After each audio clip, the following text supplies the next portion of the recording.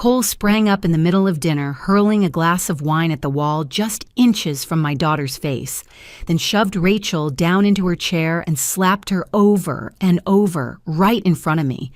Before I could react, his mother, Veronica, slowly clapped her hands as if applauding a brilliant performance and said coldly, "My son finally knows how to teach his wife." In that moment, my blood froze. But while they thought I was in shock, I quietly switched on the recording mode inside my coat pocket. And they had no idea. Tonight wouldn't just end Rachel's marriage. It would unearth a family secret buried for 12 years and pull all of us into a war no one could have predicted. If you're still listening, tell me where you're watching from. Every comment you leave is another mark in this journey. And if this story has touched you, don't forget to hit like so it can reach even further. I don't even remember how I got up from that heavy wooden chair. Everything in the dining room seemed to spin. The soft yellow ceiling lights, the expensive curtains, the smell of roasted meat and wine, all of it blended into a suffocating haze that forced me to take a deep breath just to keep from collapsing. I had seen plenty of violence in my years as an attorney, but never, not once, did I imagine witnessing my own daughter being slapped by her husband right before my eyes. And even less could I imagine an older woman like Veronica, a mother, a widow, clapping her hands in approval. Rachel was still dazed, her eyes red, her hands trembling uncontrollably. Her hair was a tangled mess from being yanked. I could hear her shallow, shaky breaths, as if one more gasp would break her body entirely. I forced myself to stay calm. If I spiraled, they would win. If I let emotion lead, I would miss the details I needed.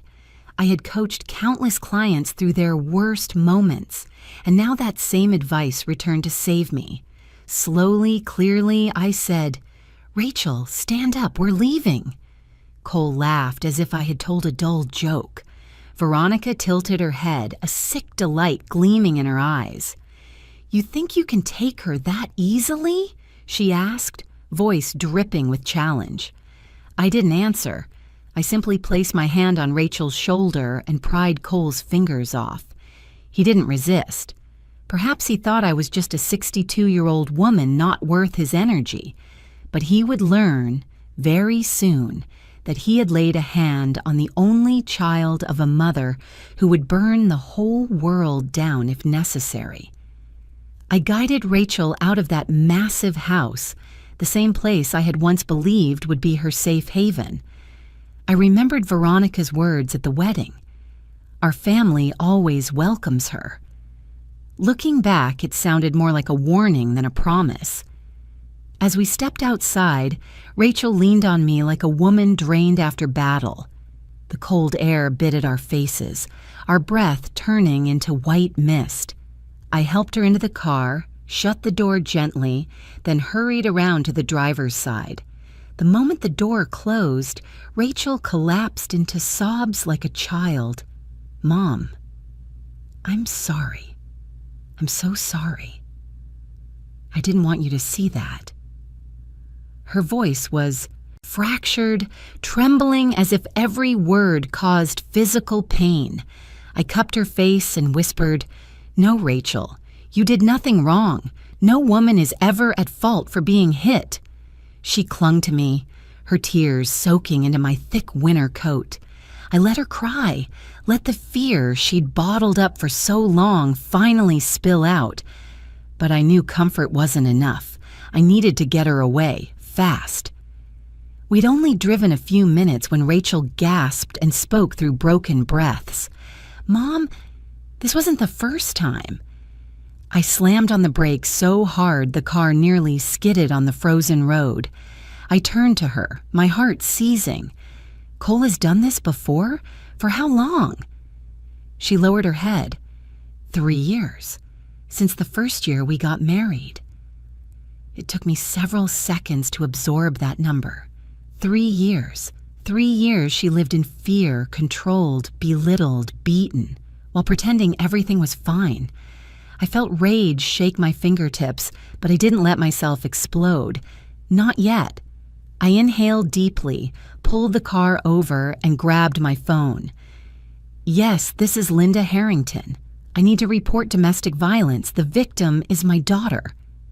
My voice was steady, unshaken. When the police arrived, Veronica was already on the porch as if performing her daily script. I heard her tell an officer, "Rachel has mental issues. She's sensitive. She knocked over the glass herself and fell." I stood less than 7 feet away, stunned by how effortlessly she lied. Cole loomed behind her, feigning drunkenness, though I knew he was sober. An officer tried speaking to Rachel, but she was trembling too hard to answer. I stepped forward and handed him my phone. "Officer, I have evidence." Veronica shot me a razor-sharp look. She hissed, just loud enough for me to hear, "You're making a very big mistake, Linda." But I said only, "We'll see who's mistaken." Lieutenant Parker, someone I knew from past cases before I retired, listened intently to the recording.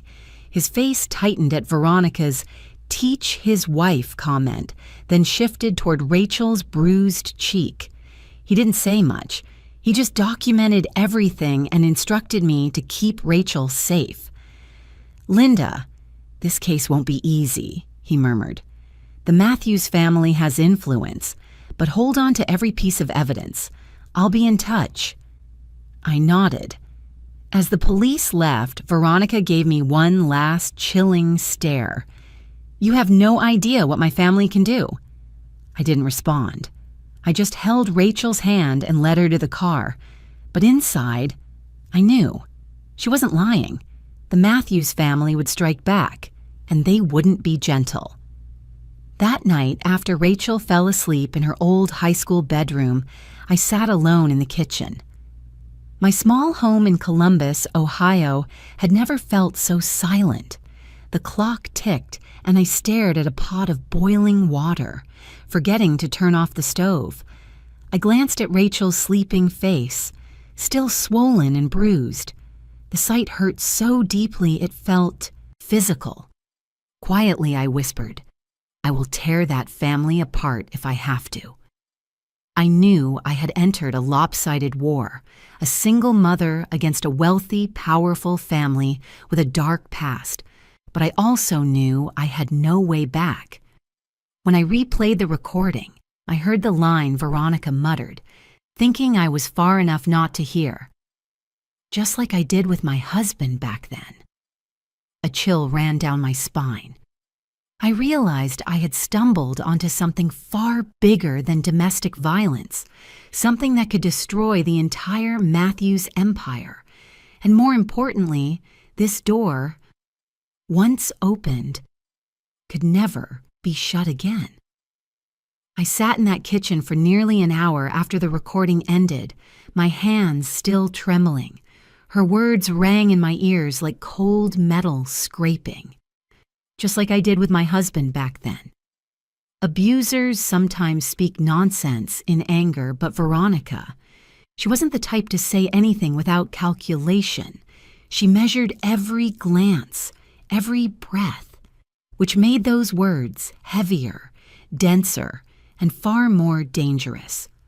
The next morning, when Rachel walked downstairs, I saw the change immediately, in her posture, in her eyes. She no longer looked like a woman pretending to be strong. She looked hollow, like someone who survived the storm but wasn't sure she'd survive the sunrise. "I couldn't sleep," she whispered. I pulled out a chair and placed a cup of tea before her, softening my voice. "Rachel, you need to tell me everything. All of it." She stayed quiet for a long time. Not until the steam from her tea rose and her eyes brimmed with tears did she finally speak. "Veronica." "She was always there, Mom." "Always." I frowned. "What do you mean?"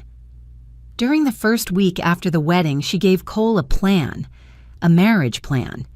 You heard me right. It had a timeline for having kids, how to manage finances, who got to make decisions. Cole treated it like scripture. She ran a hand through her hair, exhaling shakily. She asked me to send her my pay stub every month so she could help us manage things. When I refused, she said I was disrespecting their family. Heat flooded my face.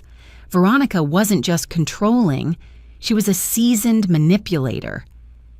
Rachel continued, her voice flat as if she had rehearsed these thoughts 100 times alone. Cole started telling me to drop friends, said they were bad influences. Then he criticized my job at the lab, said it had no future. I believed him. I thought he wanted what was best for me. That was when I knew. Rachel had been eroded mentally, little by little. Abusers rarely start with violence. They start by shrinking their victim, piece by piece. I squeezed her hand. You are not to blame, not even a little. Rachel bit her lip, eyes wet. I knew what came next would be the hardest part, but truth was necessary. Once Rachel was steady enough, I went into my small office, opened my laptop, and created the first file. Case file. Rachel. Harrington Matthews. I hadn't practiced law formally in years, but my instincts were sharp as ever. I titled the document and began listing everything. Visible injuries, exact dates and times. Witness myself. Photos. I took pictures of every bruise, every swollen mark. Audio evidence. The original recording and one backup. My fingers flew across the keyboard, not sloppy, just fast. Every keystroke felt like a vow. Veronica Matthews would not erase this truth. As I was reviewing the timestamps, my phone rang. Veronica's name appeared. I let it ring a few seconds before picking up. I didn't want her thinking I was waiting. Linda, she began, her voice sugar-sweet enough to make my skin crawl. We're both adults. I believe we can resolve this. Gently. What do you want? I asked flatly. I want to protect your daughter, she said, stretching each word as if offering charity. Rachel isn't suitable for our family. She's weak, emotional, and Cole, he's simply stressed. If you insist on escalating this, we will have to reveal some unflattering things about Rachel. I let out a thin, humorless laugh. Are you threatening me? I'm not threatening, she replied lightly, as if discussing living room decor. I'm warning you. Once my family acts, Rachel won't just lose her husband, she'll lose her job, her reputation, her chances at a normal life. I don't want that for her, but if you push me, I'll have no choice. My voice was calm, calmer than I expected. You might want to be careful, Veronica. I'm recording this call. Silence. Then she hung up. That silence was more terrifying than any threat. Later that afternoon, Lieutenant Parker called. Rachel needs to come in to give a statement. Without it, we can't move forward. Rachel stood beside me, hearing every word, her face drained of color. Mom, if work finds out, they'll judge me. The lab is downsizing. I can't lose my job. I held her shoulders gently. Don't worry about losing a job.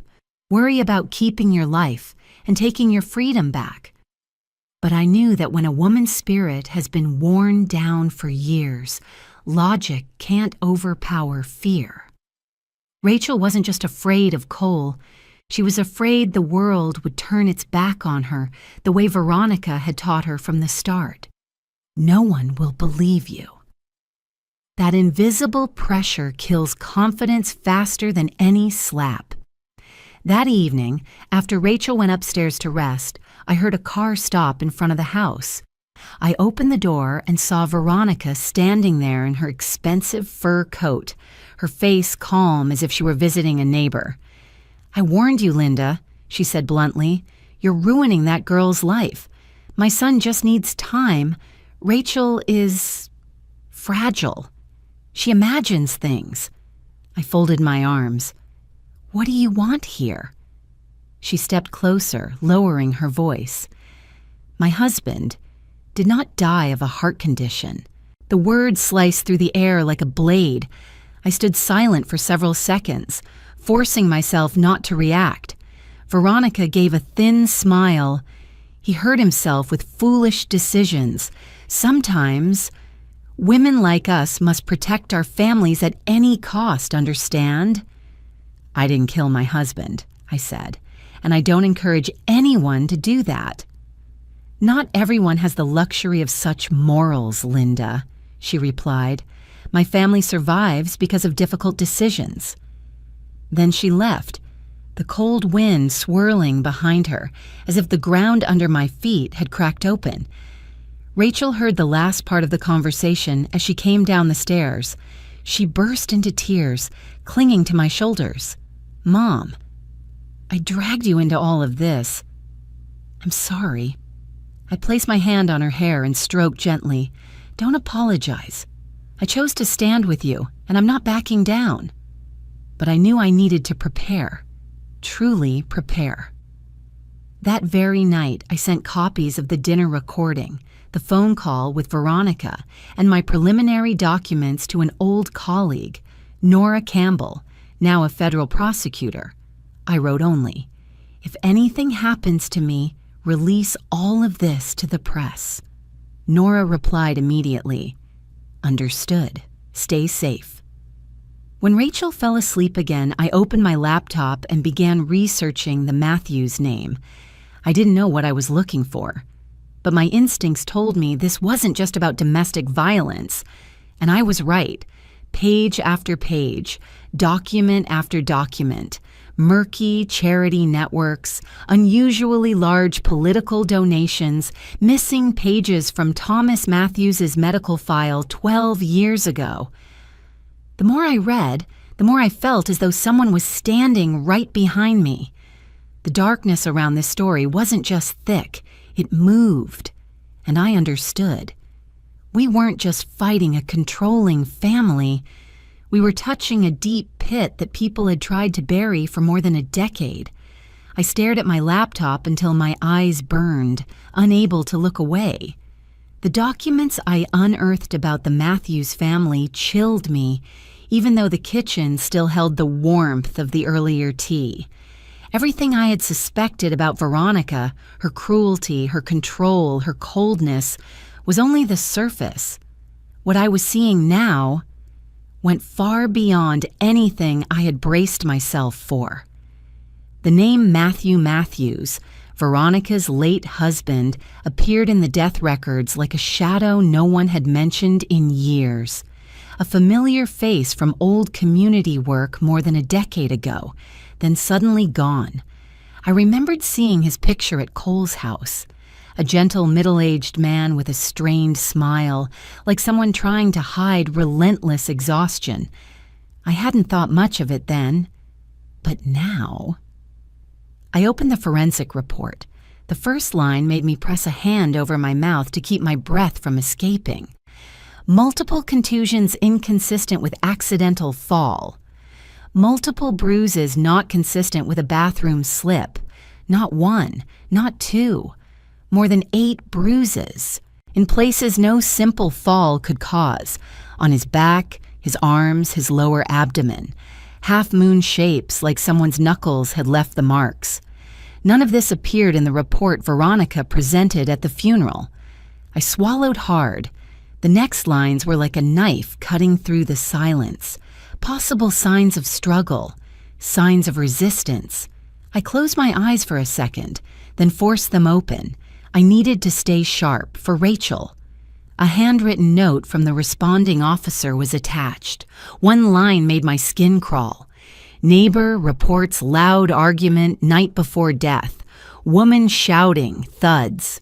A major fight, followed by a death-ruled accidental bathroom fall.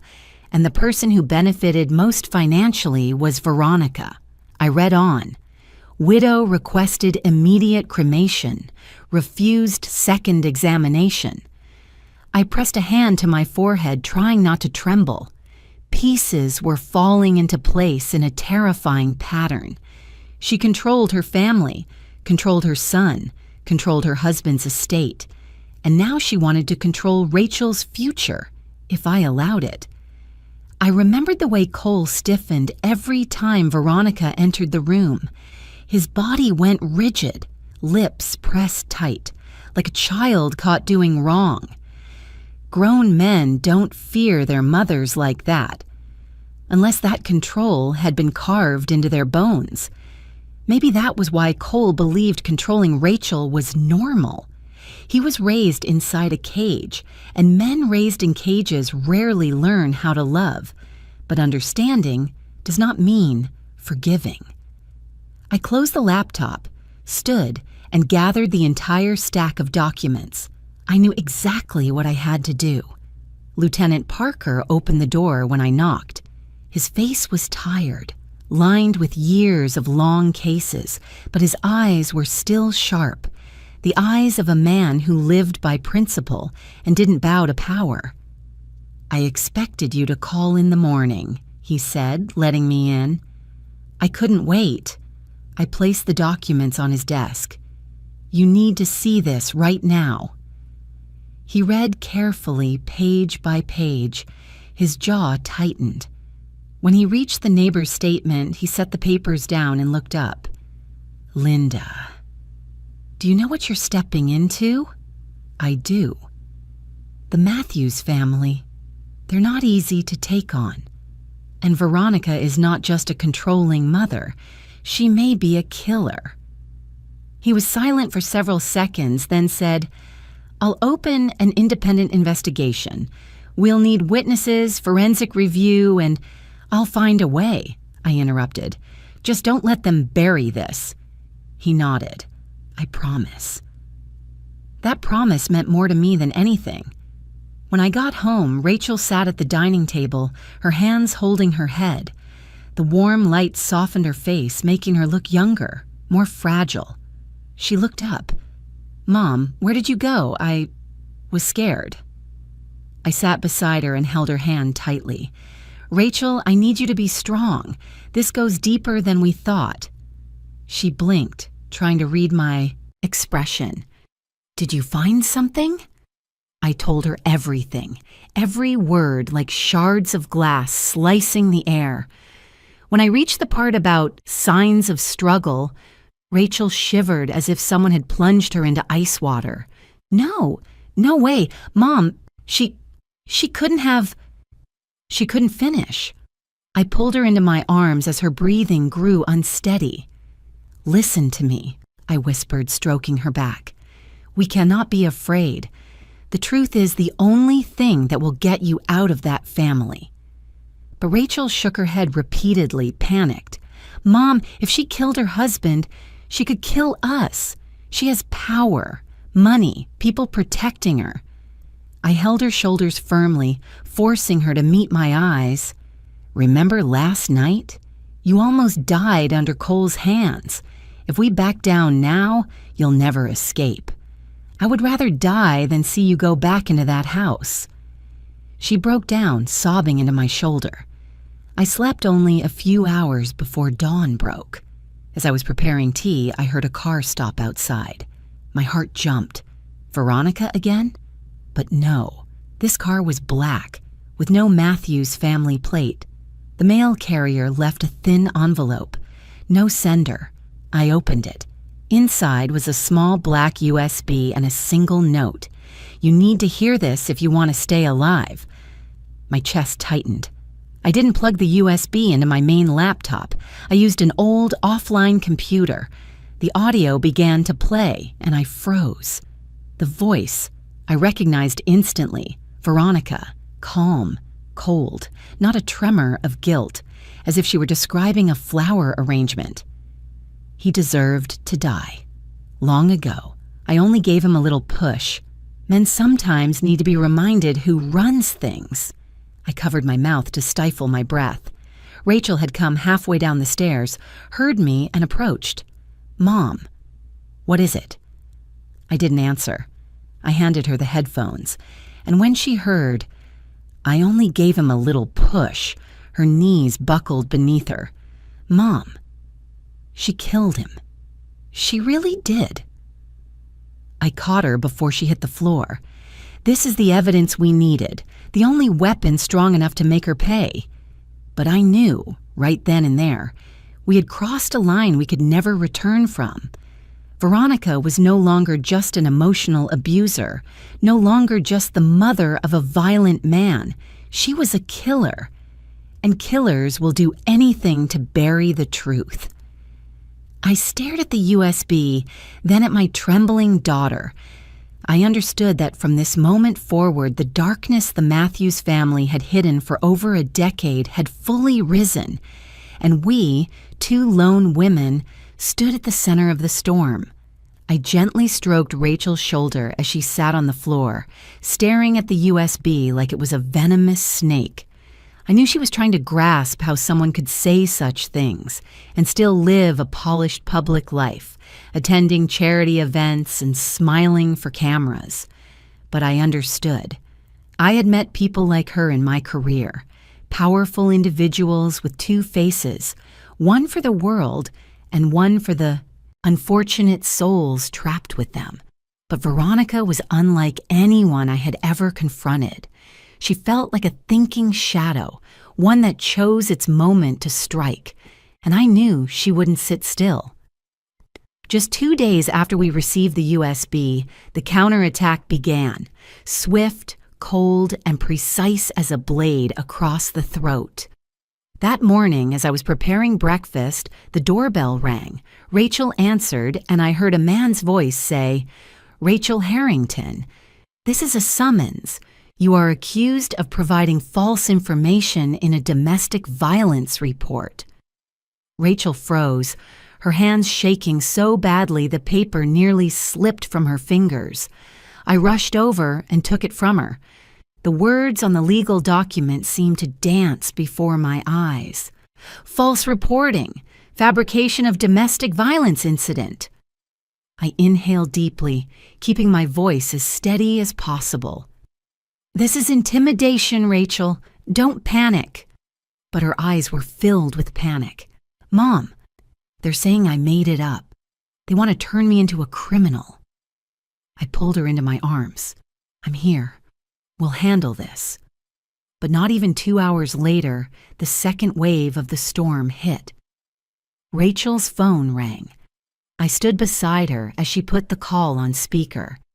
"Miss Harrington, this is Human Resources.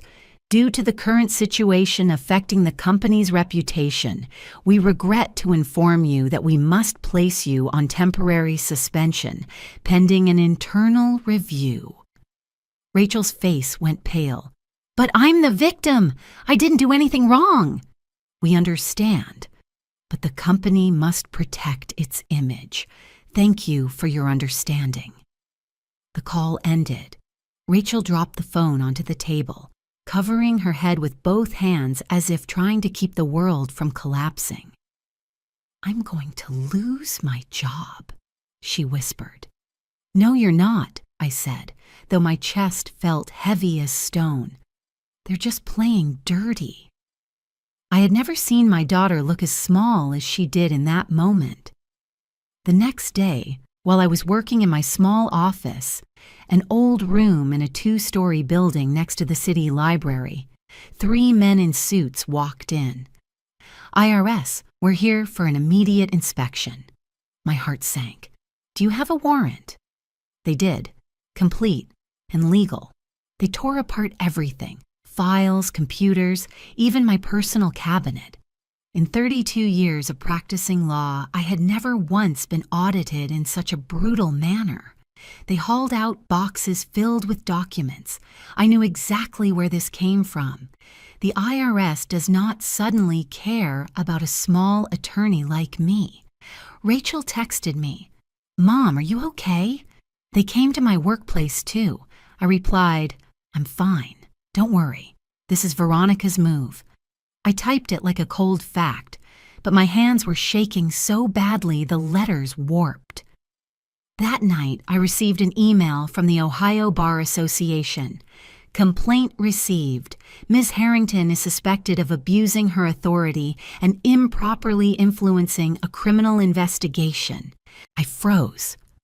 Who filed the complaint? I didn't need to ask. Veronica had begun turning over every weapon she had. This was no longer a personal dispute. This was a war designed to destroy my career, my reputation, and my spirit. While I fought the silent attacks, Rachel faced something even crueler. Her friends, the ones who took wedding photos with her, attended every birthday, said they loved her like a sister, began pulling away. I heard a voicemail playing on Rachel's phone as I walked into the living room. "Rachel, I really don't understand what you're doing. Cole is a good man. You're ruining his career.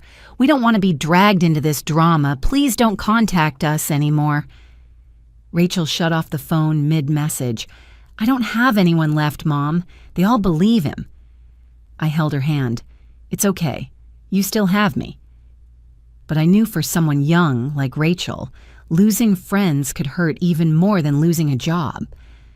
Veronica didn't stop there. Saturday morning, while I was taking Rachel for additional injury documentation, a post went viral online. A worthless gold digger used Cole to latch onto money and turned on him when it didn't work out. Failed at her job, so she fabricated abuse for a payout. The account posting it? Veronica Matthews, a woman in her 70s using social media like a sharpened weapon. Rachel cried right there in the car, "Mom, I'm done. I can't take this anymore." I cupped her cheek. "Rachel, this is exactly what they want, to break you so you give up." She had lost weight. Her eyes were sunken. Her hair was thinning from the stress. This wasn't just external pressure. It was a battle inside her own soul. And I understood then. The Matthews family didn't want to destroy her reputation. They wanted to destroy her belief in herself. The next day, I met with Lieutenant Parker at the station. He looked at me with a rare expression of sympathy. "Linda, I'll be honest," he said, handing me a cup of hot coffee. "The Matthews family has deep connections in this city. You're dealing with something bigger than you think." "I know," I replied, "but I'm not withdrawing the report." He nodded. "I'll support you as much as I can within the boundaries of my job, but you need to prepare for more hits. This is just the opening act." I understood. I'd been in the field long enough to know that when the powerful are cornered, they strike back, by any means, legal or not. When I got home, I opened my laptop and began writing. Not legal briefs this time, but an event journal, documenting every threat, every call, every detail Veronica tried to bury.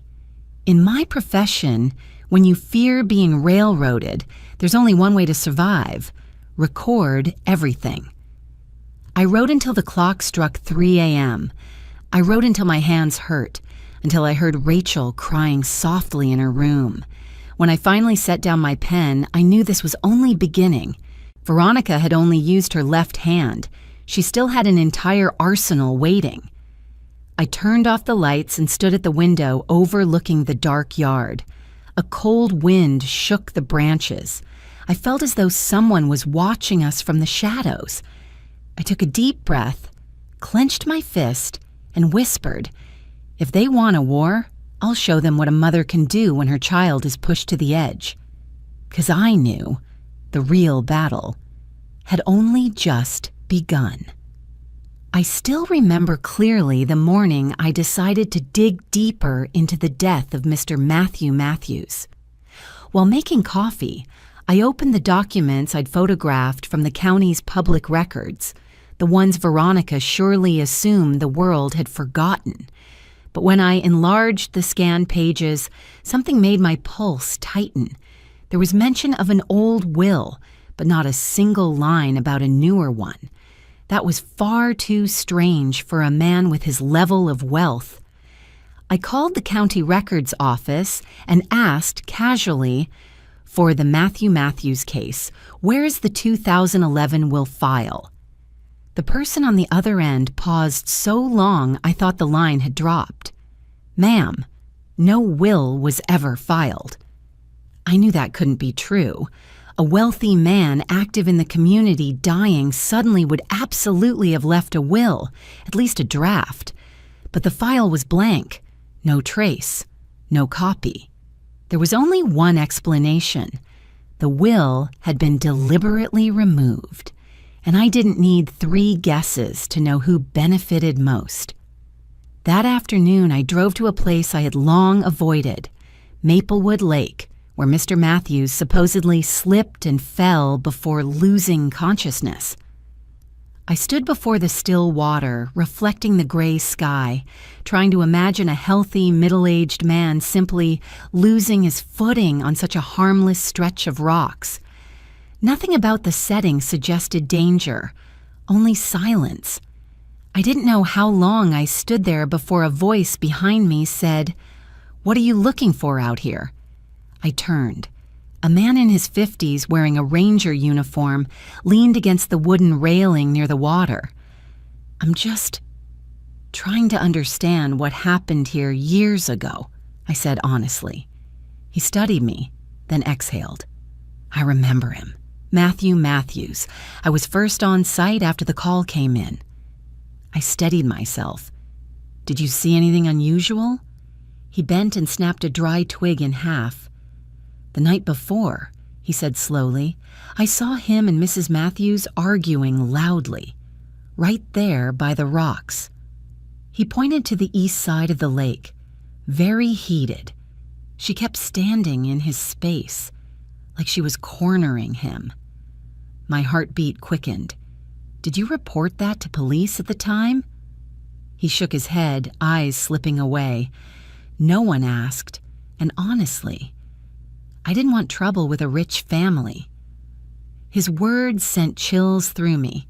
People didn't stay silent because they didn't know. They stayed silent because they were afraid. When I returned home, Rachel was at the kitchen table, her laptop open, her eyes more alert than they had been in days. I saw a faint spark in her, a flicker I feared she had lost. "What are you working on?" Rachel turned the screen toward me. "I'm gathering emails and messages from Cole. Some have threats, and some I never dared read twice." I squeezed her hand, proud as if she had risen from a deep abyss.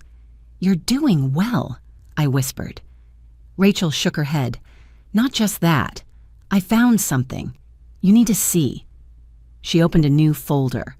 Inside were dozens of video files from security cameras, but not ones from her house. Cole installed hidden cameras in the house. I never knew until today when I accessed his cloud account. He forgot to change the password. I froze. "Rachel, how long were you being watched?" She opened a file dated last year, then another from 3 years prior. "I don't know," she said in despair, "but it looks like years." I covered my mouth, not from shock, but from choking fury. "You weren't just a victim of physical abuse," I said, steadying my voice. "You were a victim of illegal surveillance. This is a federal crime." Rachel inhaled sharply, tears streaming, but eyes no longer cast downward. "I want to fight, Mom." It was the first time she said the words herself, and her voice made me believe she wouldn't break. The next day, I brought everything to Lieutenant Parker: the old forensic report, the ranger's account, the anonymous letter, the USB, Cole's hidden cameras. After I finished presenting, he leaned back in his chair, hands clasped before his mouth. "Linda," he said gravely, "this is no longer a suspicion. This is a homicide case with clear signs of cover-up." I nodded. "I know. And I need you to understand, you're on the right path. But the closer you get to the truth, the more dangerous it becomes." I met his eyes steadily. "I accept that." Parker took a deep breath and turned on his recorder to formally begin assembling evidence. I knew at that moment everything had crossed into a threshold we could never return from. That night, while I was typing more entries into the event journal, a faint metallic sound echoed from the back door. Rachel was asleep. I walked quietly down the stairs. The porch light cast a dim orange glow across the kitchen tiles. The back door was ajar. My lungs tightened. "Hello," I called out, but no one answered. I turned on every light in the house, checking room by room, window by window. Nothing was missing. There were no signs of theft. Only a small piece of paper placed neatly on the kitchen counter. Only 3 words written in black marker: "Step back." I lost my breath for a few seconds. A coldness spread from the back of my neck down my spine, as if someone had placed a hand on my throat. But that fear didn't weaken me, it only made me angrier. The next morning, Rachel saw me installing an extra safety lock on the back door. "Did something happen, Mom?" I didn't lie. "They pried the door open last night, didn't take anything, just a warning." Rachel panicked and wrapped her arms around me. "Mom, we have to stop." I placed my hands on her cheeks. "Rachel, if I step back, who will save you? Who will stop them from doing this to someone else?" She froze, and in her eyes I saw fear and respect blending together. "Aren't you scared?" "Of course I'm scared," I said honestly, "but fear isn't a reason to give up." I called Parker and reported the incident. Just half an hour later, he arrived at my house with 2 other officers. After checking the signs of tampering, he said, "They want you to know they're watching you. This is classic pressure tactics." "I understand," I replied. "From now on," Parker said, "the 2 of you will have nighttime patrol surveillance, and I'll request special protective measures for you if the case moves forward." I didn't ask if. I asked, "When do we take the next step?" Parker looked at me for a long moment, then nodded. "Very soon, Linda. You're closer to the truth than anyone else has ever dared to get." I looked out the window. The sky had gone dark. The wind was strong, and the old oak tree in the yard leaned toward the house as if trying to warn us. I knew deep in my bones that Parker was right. The closer we got to the truth, the more desperate the Matthews family became. And desperate people, especially those with money and power, are the most dangerous of all. But I also knew this, as clearly as my own heartbeat. I wasn't fighting for justice anymore. I was fighting to save my daughter's soul, and for that reason, I would never step back. I have never forgotten the morning of the disciplinary hearing, a morning I knew the other side wanted to turn into a sentence hanging over my head to scare me into staying silent forever. The Ohio Bar Association headquarters always felt formal, but that day it felt larger, colder, full of watching eyes. I didn't tremble, but every muscle in my body felt stretched tight like a wire. When I walked into the wide room with long wooden benches and the counsel seated in front, I understood that even a small misstep could destroy my 32-year career. Rachel wanted to come with me, but I told her to stay home with Parker. I didn't want her to witness any more humiliation. I set my bag down and opened the notebook where I had recorded every incident, every threat, every shady move the Matthews family had made. I was prepared to defend myself to the end, but nothing could have prepared me for what happened when the back door of the room opened. An older man, tall and slender but slow in his steps, leaning on a dark wooden cane, walked in. Light from the window fell across his face, a face I felt I had seen before, half hidden in an old photograph. The man stopped in the center of the room, seemed to gather his breath, and spoke in a hoarse but firm voice. "I am Edward Matthews, brother of Matthew Matthews. I want to testify." The room went so silent I could hear the ticking of the wall clock. The council members turned to look at one another, then at me, as though wondering if this was something I had orchestrated. But I was more shocked than anyone. The name Matthews, that family name, was the very thing Veronica had always guarded like an impenetrable fortress. Edward Matthews slowly took a seat in the back row, bowing his head slightly toward me in a small gesture of greeting. His face was lined with deep wrinkles, but his eyes were bright and sharp, like someone who had carried a truth for too long. The chairperson spoke. "Mr. Matthews, please tell us why you are here today." The old man lifted his head. "Because I must make things right. I have been silent for 12 years. My heart skipped a beat. He began speaking slowly, as if each sentence dragged a painful memory with it. My sister-in-law, Veronica. She was smart, sharp, but after she married Matthew, I saw her change.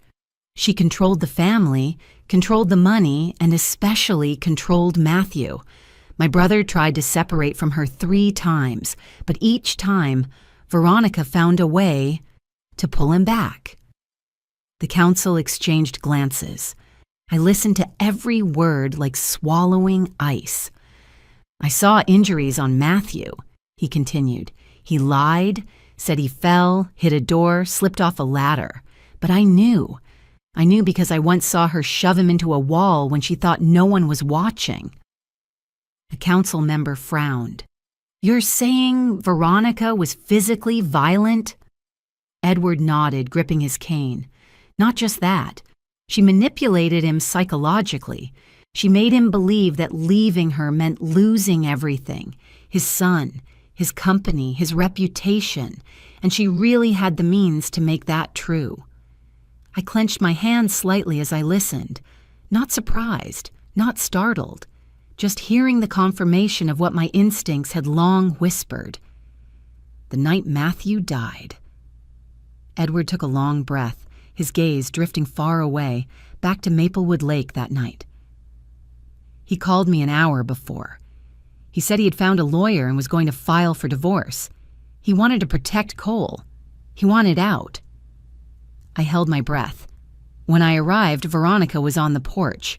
She coldly told me to go home. The next morning, Matthew was dead. She said it was an accident. "Did you believe it was an accident?" the chairperson asked.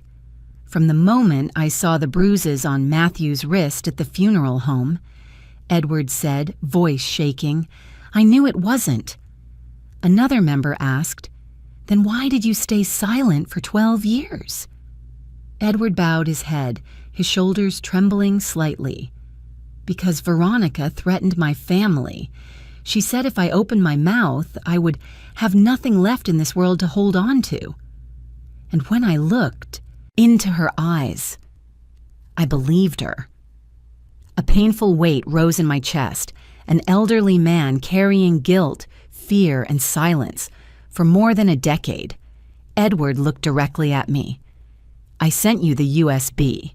I recorded her conversation with someone she once hired as home help. I sent it to make amends. I knew she would do to your daughter what she did to my brother if you didn't act." A shiver ran through me. His appearance wasn't just a turning point, it was a testimony from someone who had run from the truth for far too long. The chairperson whispered to the council, then announced, "While these new details are verified, the disciplinary investigation against Ms. Harrington will be paused. We do not see evidence at this time that she abused her authority as alleged." I closed my eyes for a brief moment. Not relief, just the ability to breathe again. When I opened them, Edward was watching me, his gray-brown eyes warm but sorrowful. I walked toward him. "Thank you," I said softly, my voice tight. "No one blames you." He shook his head. "Oh yes, I blame myself. But now I want to make things right. If you and that police officer can protect me, I'm willing to be an official witness." "I promise," I said, placing my hand on his wrist, feeling his bones fragile but strong. We will protect you." Edward pressed his lips together. "Veronica won't sit still." "I know." He studied me for a moment, then said, as gently as a breeze, "But you're stronger than you think, Linda. That's why I came today." When I stepped out of the hearing room, the air outside felt clearer, as if the sky had finally opened after days of storm clouds. But I knew this wasn't the end. This was only the silence before the storm. I stood on the steps, watching cars move along the avenue, and felt that something fundamental had shifted. Not just that we had more evidence or a new witness, but that I was no longer alone. A man who had carried 12 years of guilt had chosen to step into the light, and I knew that from the moment Edward Matthews walked into that room, the fortified world Veronica had built had begun to crack. When I got into my car and called Parker, he let out a stunned sigh. "Linda, you just brought us the biggest missing piece. We have to protect him," I said. "I'll arrange it, but you need to be careful too. Once Veronica feels cornered, she'll be more dangerous than ever." I looked at my reflection in the rearview mirror, tired but steady. I'm ready.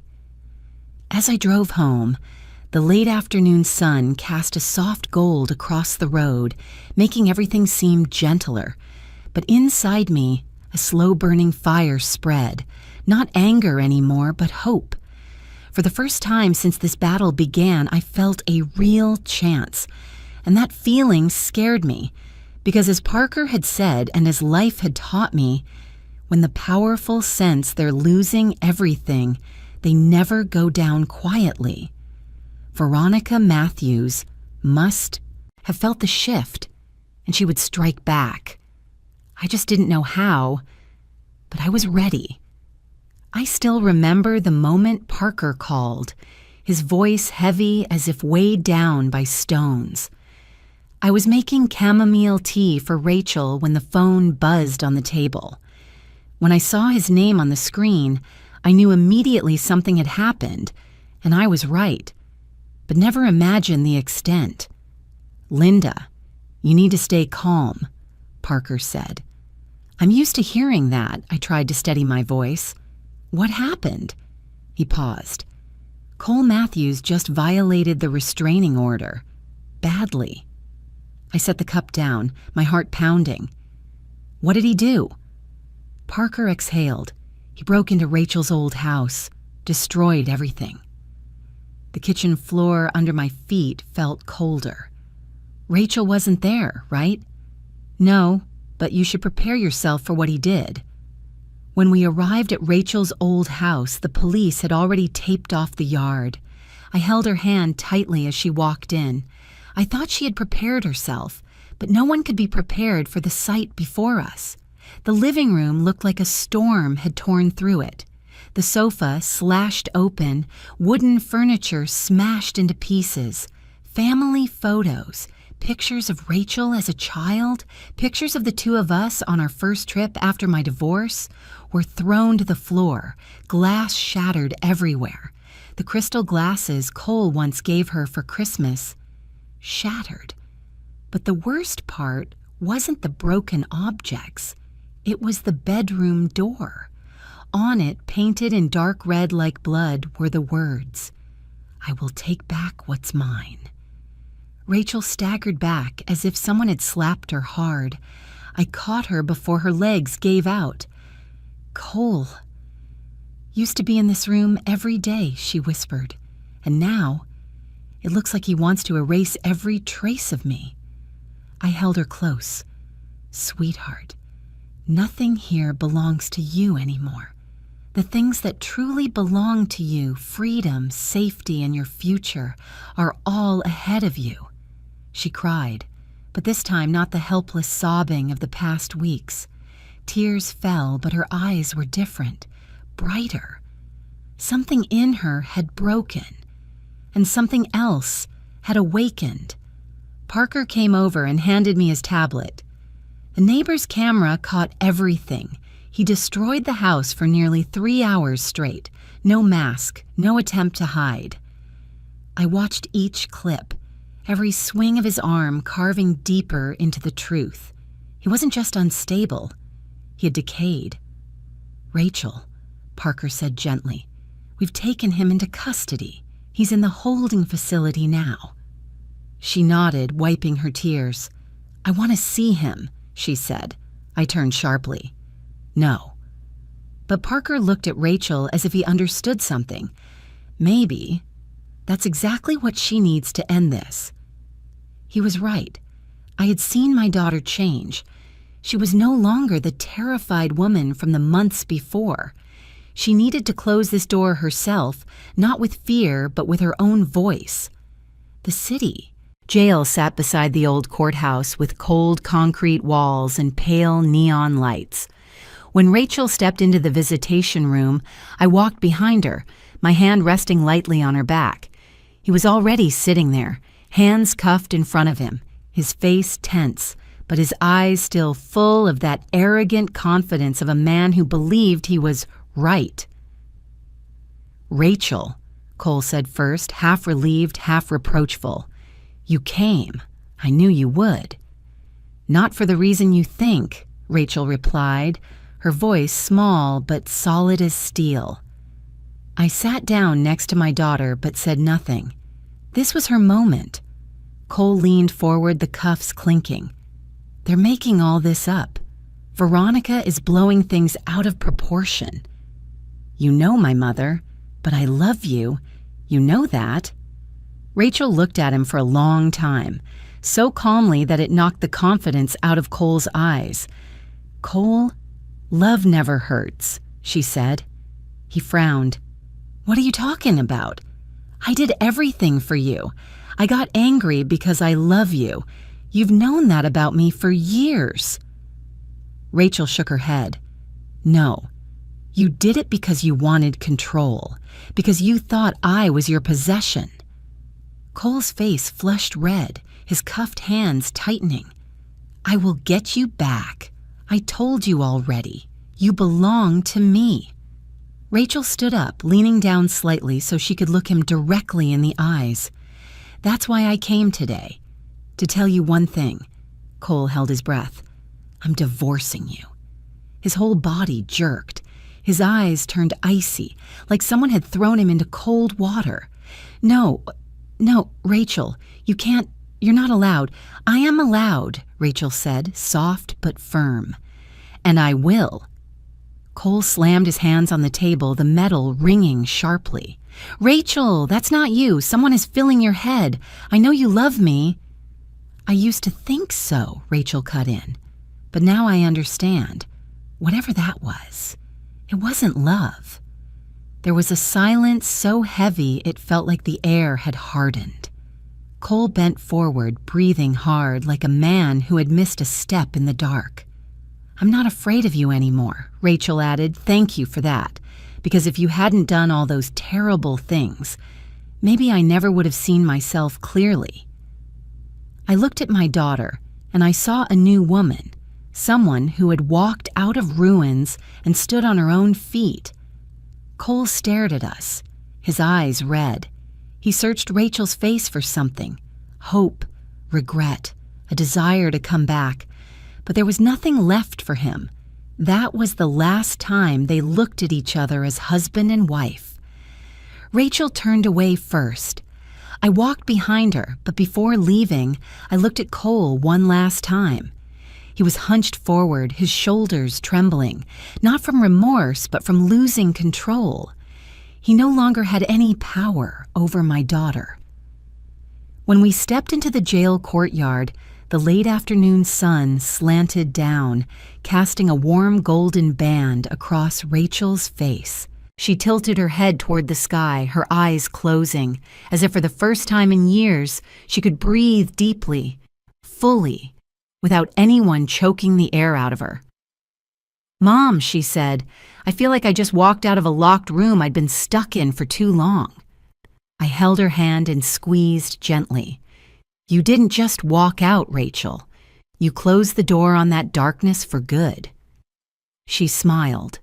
The first real smile since this all began. "I'm free," she whispered. I looked at her, my heart full of a deep gratitude I couldn't put into words. A chapter had closed, not just for Rachel, but for me too. Yet I knew one thing as clearly as I knew the red letters I once saw painted across my daughter's door. Rachel's freedom was only the beginning. The real fight was still coming. I always thought that when the day finally arrived, when the truth couldn't be buried anymore, I would feel relieved. But when I stepped into the courthouse for Cole's first hearing, what I felt wasn't victory. It was a fog, thick and cold, hanging over everything. The air felt tight, as if the entire room was holding its breath. Rachel sat beside me, her hands clasped so tightly her knuckles had turned white. But her face was calm, a calm only someone who has stared into the deepest dark and survived can possess. Cole was escorted in wearing an orange jumpsuit, nothing like the polished, confident man he once pretended to be. His posture was stiff, clumsy, like someone who wasn't used to no one opening doors for him anymore. When he saw Rachel, he froze. Just a moment, but enough for me to know he still didn't understand how everything had fallen apart so quickly. The judge called the court to order. The hearing began. The prosecutor played the neighbor's camera footage. Cole smashing windows, breaking furniture with a hammer, ripping apart the bed, tearing wedding photos, destroying gifts Rachel once gave him. 3 hours of chaos, 3 hours of hatred, 3 hours of the twisted love he always claimed justified everything. The whole courtroom went silent when the footage reached the part where Cole painted the red words, "I will take back what's mine." I saw Rachel shiver. I placed my hand over hers. "You don't belong to his darkness anymore," I whispered. When the defense attorney tried to argue temporary emotional instability, the prosecutor shut it down immediately. There was a history of abuse, threatening messages, evidence from the hidden cameras. And most importantly, Cole violated the restraining order just 3 days after it was issued. The judge struck the gavel. His voice was sharp and final. "Defendant Cole Matthews, the court sentences you to 5 years in prison and a permanent no-contact order with the victim." Cole shot up from his seat. "Rachel, say something. You know I did it because I love you." Rachel didn't turn back. She said only one sentence, quiet but cutting through. "The air like glass." That wasn't love. Those words split the room in two. Cole sank into his chair, and for the first time since I'd known him, there was no arrogance left. Officers led him away. Veronica stood up, her eyes burning into me like she wanted to tear my skin apart. "You destroyed my family," she hissed. I didn't tremble. I didn't lash back. I simply said, "You did that long before I came." Her face flushed, but no one stood beside her, not a single person. The hearing ended, but I knew it was only the first chapter of their collapse. 2 months later, early fall chilled the air in Ohio. The trees along the road to the courthouse had begun turning yellow, but nothing about the day felt gentle. I sat in the larger courtroom holding Rachel's hand, with Parker behind us and Edward Matthews, thinner but clearer-eyed, seated beside his assigned security officer. The trial of Veronica Matthews, the event the entire city had whispered about for weeks. When Veronica entered, she no longer had her usual sharp, icy beauty. Her face was heavily made up but couldn't hide her fatigue. Still, her eyes held their familiar pride that insisted everyone else in the room was beneath her. The prosecutor began recounting the circumstances of Matthew Matthews' death, forensic inconsistencies, multiple bruises, signs of struggle, a rushed cremation with no secondary examination. Highly unusual for a wealthy family. Then the USB audio played. Veronica's voice filled the courtroom, clear and chilling. He deserved to die. I only pushed him a little. People gasped. A few shook their heads. No one spoke. Veronica shot to her feet, screaming, "That's edited. I never said that. This is a setup." Her lawyer paled, trying to pull her back down. But what truly shattered her defense was Edward's testimony. When he stood, the room froze. He gripped his cane, walking to the stand with all the strength he had left. "I stayed silent for 12 years, he said, voice shaking but not weak. "But today, I'll tell the truth." He spoke of the injuries he saw on Matthew, the loud arguments neighbors had overheard, the time Veronica blocked him from entering the house with an expression that froze his blood. The phone call from Matthew the night before he died. "Ed, I want a divorce. I'm afraid of Veronica." The room felt like all the air had been sucked out. Even the judge's face tightened. It was as if a buried truth had finally surfaced. At the end of his testimony, Edward's voice cracked. "My brother didn't die from a fall. He died because he lived beside a woman who believed she had the right to decide whether he lived or died." Veronica burst into tears, not of grief, but rage. "You betrayed the family, coward." Edward looked right at her. "I only regret not saving him." The verdict came 2 days later. Veronica Matthews was convicted of second-degree murder and obstruction of justice. Sentence, 12 years in prison. She screamed as officers cuffed her. You ruined everything. I'll never forgive you." I looked at her calmly, not triumphant, not smug, just honest. "Veronica," I said quietly, "I didn't destroy your family. You did." In that moment, her face twisted with hatred, and something in her eyes went hollow, like someone who finally realized the empire she built from manipulation and violence had collapsed beneath her feet. As she was escorted away, she looked back at the emptying courtroom. No allies, no friends, no relatives. Even those who once respected her avoided her gaze. I felt not joy, not victory, just a deep sadness for a family ruined at its roots. Rachel took my arm. "Mom, why don't I feel lighter?" I looked at her and gave a small, sad smile. "Because this is a tragedy, sweetheart. No one wins when a family has been broken for so long." She rested her head on my shoulder, and for the first time in a long time, we stepped out of the courthouse under a sky that was truly blue. Not the false blue of denial, but the blue of a new chapter opening, even though behind us we had closed one of the darkest chapters of our lives. I once thought that after Veronica and Cole were sentenced, everything would brighten instantly, like sunlight after a storm. But life moves in quieter rhythms. Consequences and changes don't arrive all at once. They seep in slowly like water into soil. And sometimes the most painful part isn't the confrontation itself, but the days that follow, when people must live with the choices they've made. One late fall morning, while I was making breakfast, Rachel walked into the kitchen with an envelope in her hand. Her expression wasn't panicked or sad, just hesitant. "Mom," she said, placing the envelope on the table, "a letter from Cole." I looked at her but didn't open it. "Do you want to read it?" Rachel inhaled softly as if gathering all her courage. "I already read it, last night." I waited. She sat down across from me, her hands clasped together but no longer trembling like before. "He apologized," Rachel said. "Cole wrote that he finally understood why everything happened. He said growing up in that kind of environment made him believe control was love.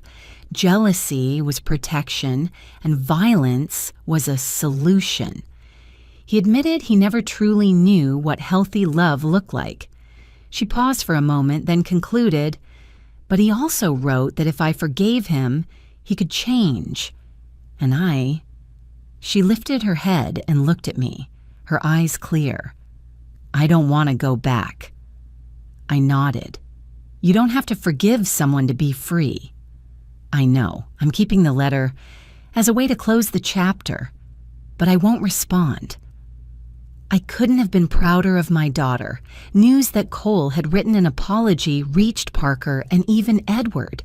Everyone saw it as a good sign, not because they wanted Cole and Rachel back together, but because when a toxic man finally recognizes his own destruction, it usually means he no longer has the strength to hurt anyone else.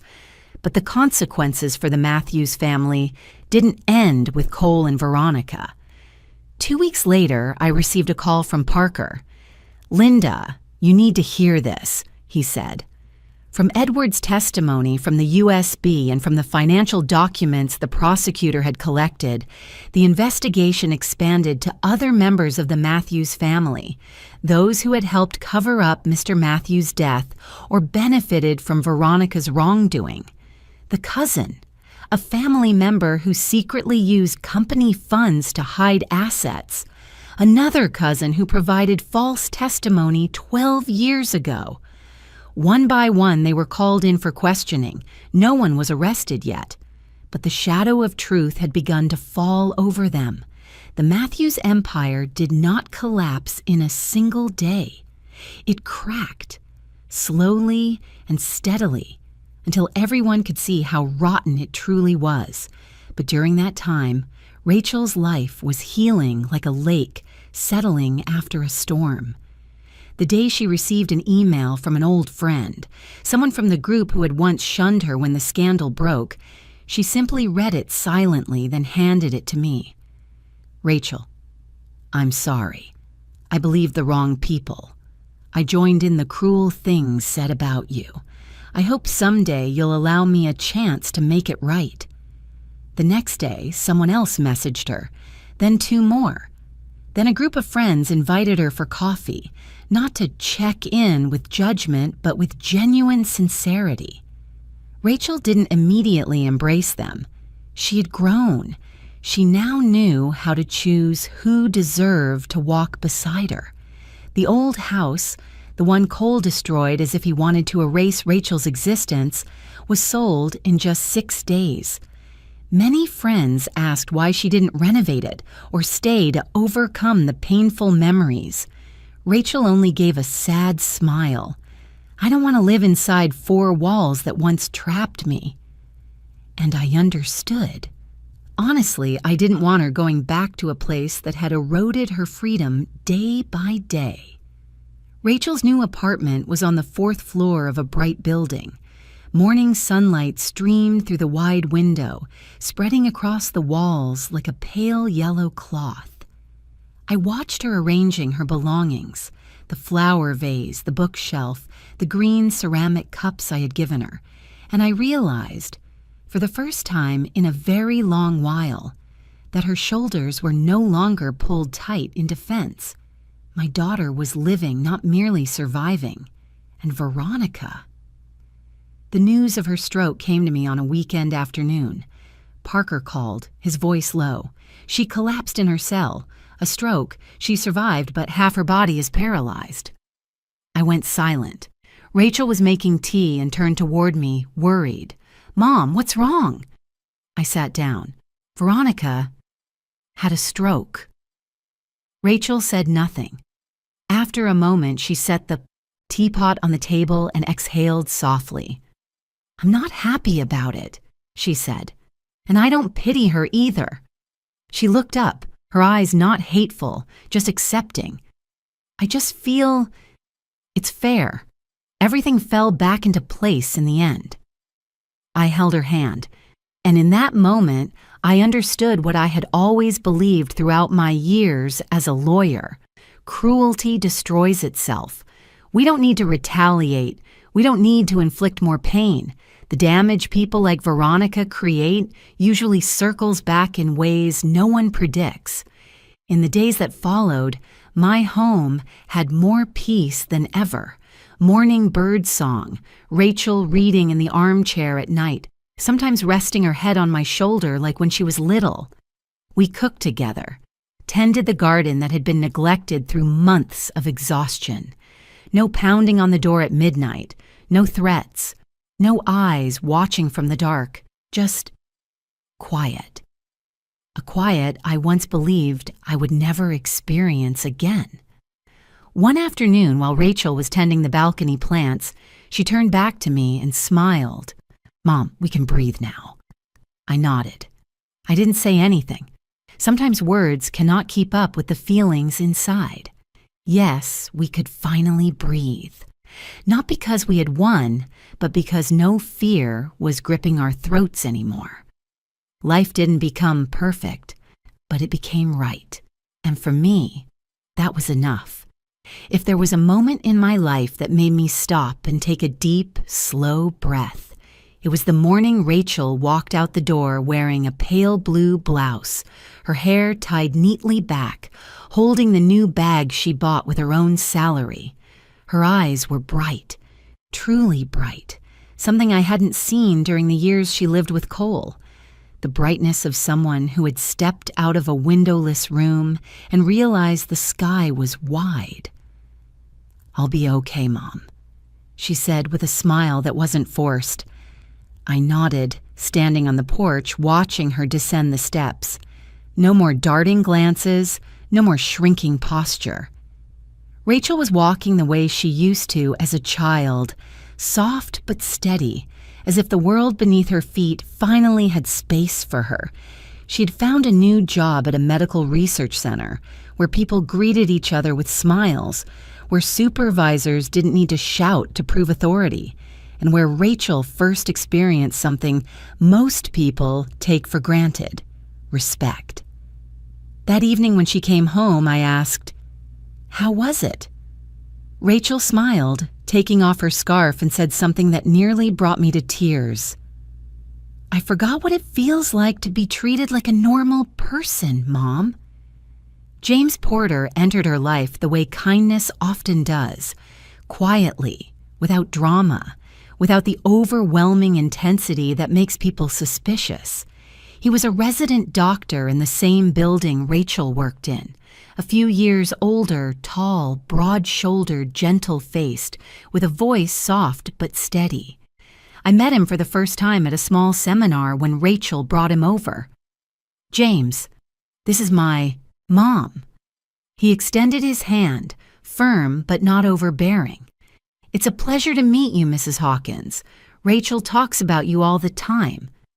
I glanced at Rachel and saw her cheeks turn slightly pink, not the girlish kind of blush, but the quiet shyness of a grown woman learning to trust a new hand after being hurt for so long. Throughout the event, I observed James with the instinct of a mother who has witnessed the worst hidden behind a man's polite exterior. But James had none of the red flags I watched for. He didn't touch Rachel unless she invited it. He didn't answer questions on her behalf. He noticed when she was tired but never told her what to do. In short, he respected her boundaries. And that, to me, was as meaningful as any declaration of love. One late spring evening, Rachel came home looking conflicted. I saw it the moment she opened the door. "What happened, sweetheart?" She set her bag on the table, walked over, and sat beside me. "James proposed to me." I sat up straight. "And what did you say?" She bit her lip. "I told him I needed more time." I couldn't help but smile gently. "That's a grown-up answer." Rachel sighed and rested her head on my shoulder like she used to. "I love him, Mom, but I'm afraid of myself. I'm afraid I'm not fully healed, afraid the old shadows are still inside me, and I'll bring them into a new life without meaning to." I stroked her hair. "Rachel, Being grown doesn't mean having no wounds. It means knowing how to care for them when they return. You've already done that. You stood up, fought back, walked away when you needed to. You know your worth. You know your boundaries. That means you are healed, not because you forgot the past, but because you no longer let it decide your future. She squeezed my hand, and I felt it clearly. My daughter had truly stepped out of the darkness. One Sunday afternoon, while we were pulling weeds in the garden, Rachel suddenly said, "Mom, I want to tell my story." I froze. "You mean publicly?" Rachel nodded. "There are so many women still living in silence, Mom. I used to be one of them. I know what shame feels like, what fear feels like, what confusion feels like. I want them to know there's a way out. I want them to look at me and think, if she did it, maybe I can too." I looked at my daughter for a long time, the baby I once held when she was learning to walk, the woman I held when she shook after Cole's blows, the warrior who stood in front of her husband in a jail visitation room and said, "I'm not afraid of you anymore." Now she wanted to turn pain into light. I squeezed her hand. "Then we'll tell it," I said. "Together." James supported her completely. He listened to her plans without taking over, without inserting himself, without offering cliché lines like, "You're so strong." He simply asked, "What can I do to help you?" When Rachel told me that, she burst into tears, not from sadness, from being understood. There were afternoons when I watched Rachel and James tending the garden together or fixing a bookshelf. There were mornings when I heard Rachel laughing at something James said. That laughter, I once believed I would never hear again, and in those moments I realized the future doesn't arrive in loud, triumphant waves. It comes quietly through small things: safety, peace, respect, kindness. Rachel had found all of that, and I, finally, felt my own heart loosen. One evening, as we sat on the porch watching the sunset, Rachel whispered, "Mom, I think I'm ready now." I knew exactly what she meant, and I smiled. "Then let the future lead the way." Rachel turned to me, her eyes shimmering the way they did when she was little. "Do you think I deserve happiness?" I took her hand. "You've deserved it for a long time, Rachel. You're only just beginning to believe it." That night, after Rachel and James left following dinner, I stood at the door watching them go, a peace settling in me so deep it surprised even myself. No more darkness hanging over this house. No more fear, no more threats, no more fighting alone. My daughter had been reborn, and somehow so had I. Our future wasn't a blazing, brilliant light, but a warm one, gentle enough to see the road ahead, steady enough to remind us every step was worthwhile. And for the first time in years, I believed we were not just surviving. We were truly living. I don't know what moment marked Rachel's clearest turning point. Was it when she bravely walked away from Cole? When she stood in front of the man who once paralyzed her with fear and said, "I want a divorce"? Or was it the calm moment she said she wanted to tell her story to help others? Maybe all of them. Or maybe it was that quiet morning when I opened the door to my study and found Rachel at her computer, shoulders relaxed, her gaze steady, as if she were finally doing something that belonged to her more than anything else ever had. "Mom," she looked up, her eyes naturally bright, "I think I'm going to start a blog." "A blog?" I asked, walking closer. Rachel nodded and turned the screen toward me. The website was empty, only one simple title at the top: "Finding Myself Again, Han Trin Tim Lai Chin Ming." I read each word slowly. No embellishment, no dramatics, just a gentle but weighty declaration from someone once broken who had now chosen to stand tall again. "I want to tell the truth," Rachel said, her voice soft but steady, "not to get revenge, but so that someone, just one person, might see the door I once couldn't see." I placed my hand on her shoulder. "Then right, Rachel. You didn't just survive. You won." Her first post went up that evening. Within hours, the first comments appeared. Messages from strangers, mostly women, many using pseudonyms, some leaving only a heart, but enough to show me her story had not disappeared into the void. An email arrived after midnight from a woman in Michigan. "I've never dared tell anyone that my husband controls my phone, my money, even my clothes. When I read your story, I saw myself. Thank you for speaking out." The next morning, 3 more emails, then 10, then 50. Rachel read each one, and every time she finished, she sat quietly for a moment, as if gathering the pain of others into her chest to understand, to share, to make sure none of it was overlooked. Watching her, I saw a woman whose personal suffering had become a fire, not to burn herself, but to warm others. As for me, I continued my work as before, but something fundamental shifted. My name began reaching women who saw me as a safe place. One young woman walked into my office on a Friday afternoon. "Mrs. Hawkins," she said, her hands clasped tightly, "I read your daughter's blog. I want to ask, do I have the right to leave?" Another called close to midnight. "I'm sorry to bother you, but I don't know who else to call." I'm no superhero. I don't have solutions for every kind of pain, but I know how to help them open the first door. The door leading out of the invisible walls that abuse builds. Rachel always said, "Mom, you were the foundation I stood on." But through this journey, I stood taller because of her, too. One early summer evening, Rachel walked into the living room with a manuscript nearly 200 pages thick. "What's this?" I asked. "My blog," she smiled, "but I think it needs to become something bigger." I smiled back, understanding immediately. "It'll be a book," I said. "Not just a book, Mom," Rachel said softly. "I want it to be a reminder for women who can't see a way out. I want them to know that the light doesn't disappear. Sometimes it's just hidden by someone else's shadow." I flipped through a few pages. There was Rachel's voice, gentle, patient, braver than ever. Suddenly I said, "I'm writing too." Rachel turned to me, wide-eyed. "What are you writing?"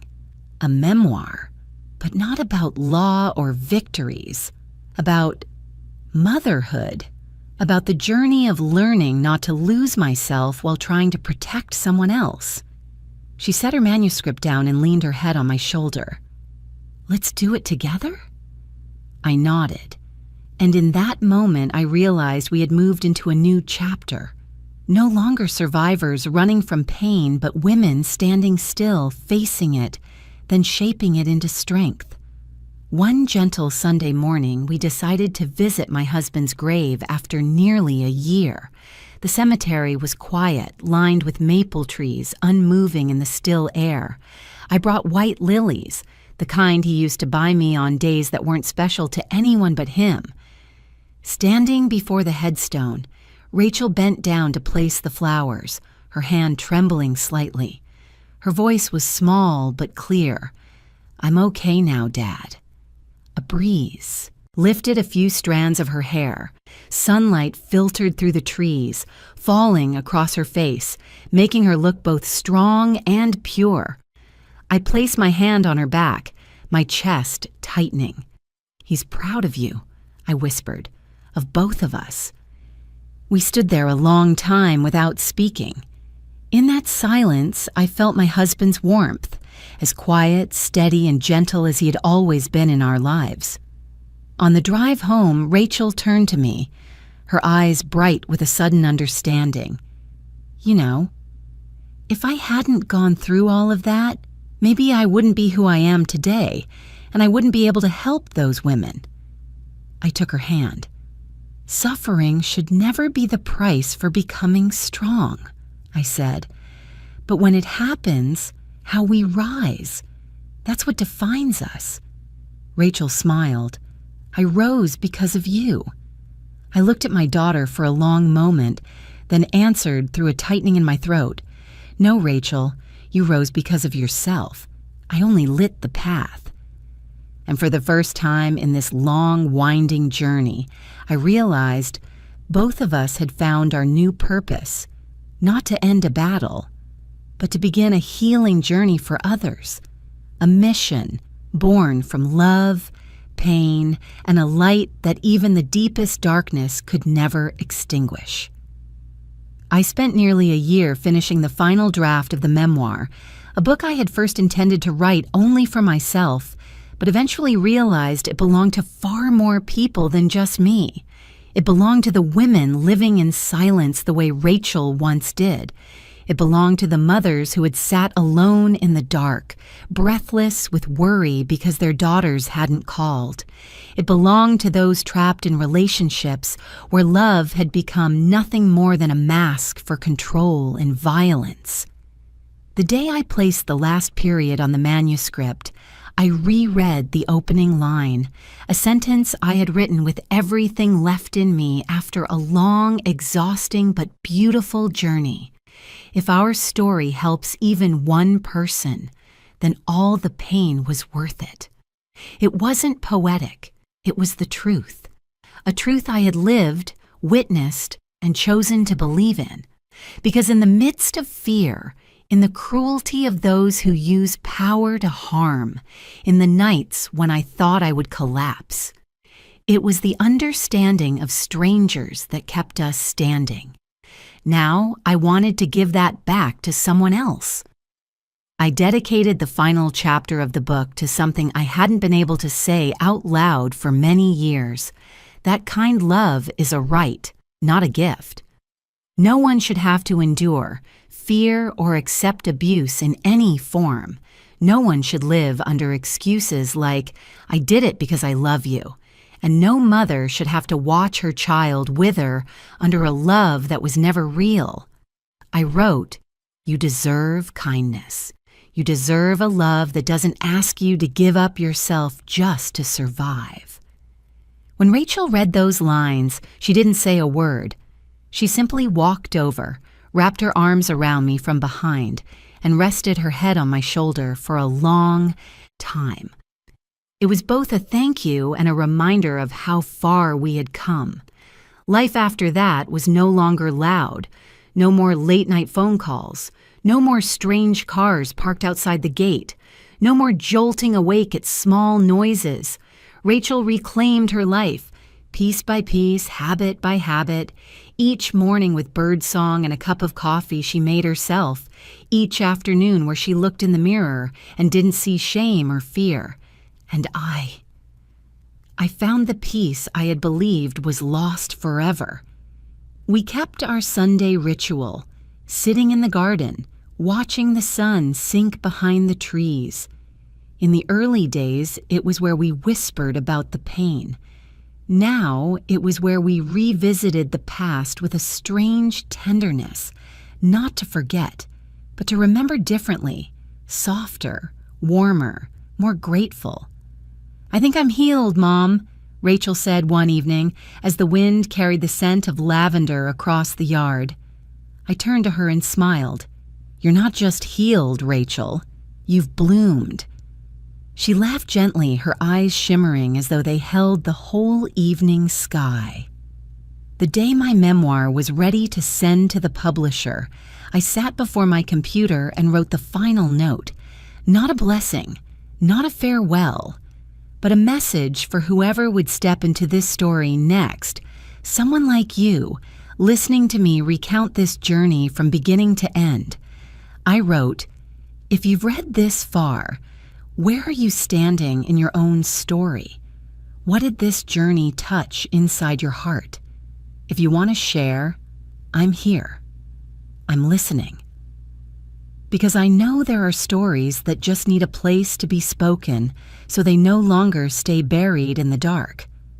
I added, "Thank you, whoever you are, for spending the time to walk with me and my daughter through each page. Not everyone has the patience, and even fewer have the courage to stay through a story like this. And that is the truth. Not everyone dares to stay until the end of someone else's wounds." I closed the manuscript and inhaled deeply. I had written it, and now, instead of leaving those words only inside a book, I want to speak them to you, the person hearing me in this moment. Please share your thoughts below or your own story if you feel ready. Hit like, subscribe, and turn on the bell so you can join me on more healing journeys. Thank you from the bottom of my heart for staying until the end. I looked up and saw Rachel standing at the doorway watching me with warm, loving eyes. "Mom," she said softly, "I'm proud of you." I smiled. My tears fell, not from pain or fear, but from knowing we had walked through a darkness so profound it once felt endless, and somehow we still made it here, to a place with light, with kindness, with peace. I close the story. I am Linda Harrington, a mother who saved her daughter, and a woman who found herself again. And if you're somewhere out there listening, remember that you, too, can find your light anytime, whenever you're ready.